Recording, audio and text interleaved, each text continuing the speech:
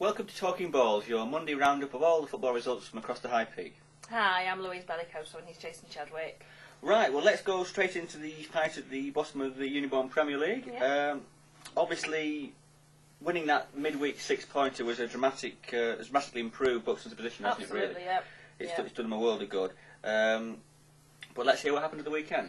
Unfortunately, Buxton lost 1-0 away at Ilkeston on Saturday. John Reid managed to name the same team for the 5th game in a row, but Simon Weaver scored just on half-time and that was it, really. Apparently Buxton did create some late pressure towards the end, but they just couldn't find a way back into the game, so that's a loss for them. But they're still in quite a good position, so they can't take two, can't put two down the from that, because Ilkeston are quite high up in the league anyway. So. Yeah. And if we look at the other results at the bottom there, they've largely worked in Buxton's favour. If not in their favour, it's been neutral, hasn't it? I mean, absolutely. It's not Boston, Lee and Prescott, who were below them, and all lost, didn't they?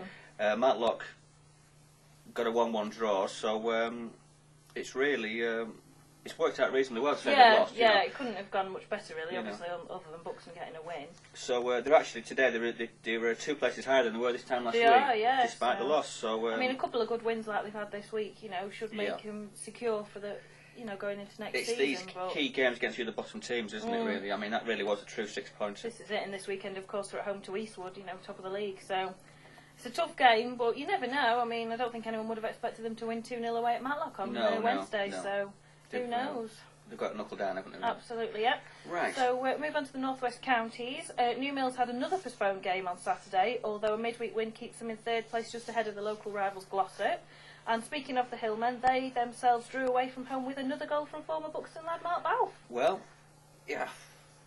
I don't want to tempt fate, but he seems to be doing reasonably well. Yeah, he seems to have settled in very quickly there. Yeah, That's his 2nd goal in a week, I think. So well done to him, really. And he's if they can get the results, then he's only a couple of games from Wembley. Exactly, and it'll be super exciting, that, won't it? It will. Definitely. Right, so that's the Northwest done. Let's skip on to the Hope Valley.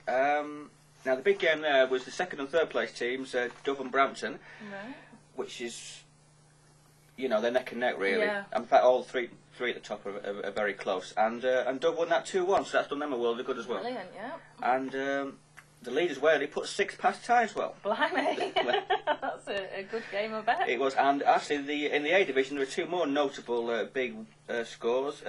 Hayfield won 8-0 and Bakewell Town won 7-0. 20 goals in the Hope Valley League this weekend then. I should just say one thing, back in the Hope Valley Premier, it was another bad week for the Blazing Rag, who went down 3-2, and they've now lost 14 of the 17 games they've played, so dear.